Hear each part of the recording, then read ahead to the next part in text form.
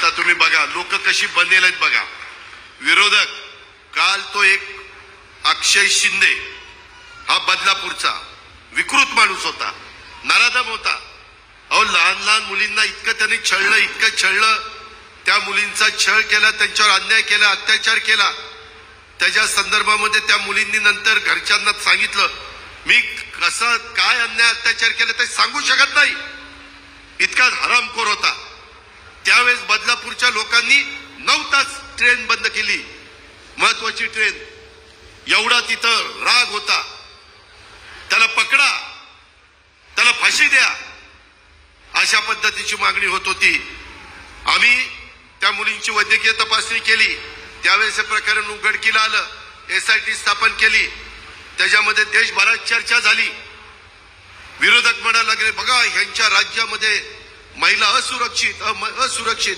अरे कोण आपल्या घरातल्या महिलेला असुरक्षित ठेवणार आहे? आपलं सगळं घर आहे महाराष्ट्र म्हणजे. माय माऊलीला कोण असुरक्षित ठेवणार आहे? आणि हे सगळं करत असताना त्याला पकडला आणि ते सगळं बाकीचं सुरू झालं. त्याला काल त्या जेलमधनं पुढे नेत असताना त्याने शेजारी बसणाऱ्या पोलिसाचीच रिव्हॉल्वर काढली आणि एका पोलिसावर झाडली. 3 गोळ्या झाडल्या, त्याच्यातल्या एकाला लागलं. आता जर ती विकृत माणूस तोच जर पोलिसांना मारायला लागला तर पोलीस काही गप्प बसणार नाही.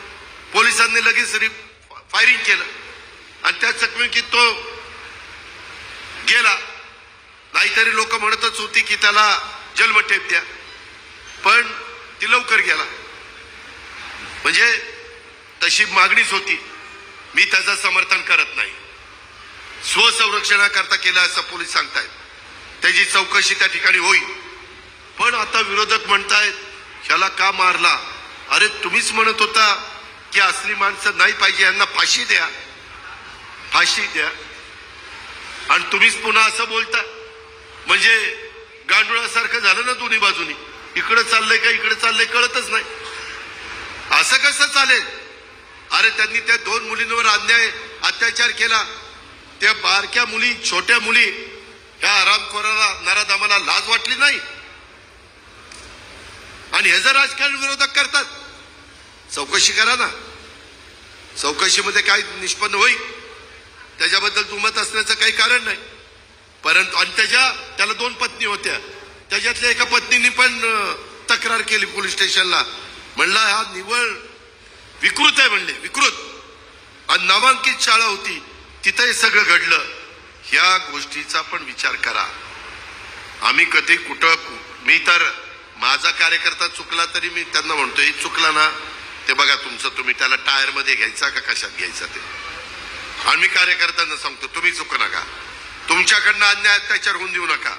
ह्या गोष्टीचा विचार देखील आपण सगळ्यांनी या निमित्तानं केला पाहिजे.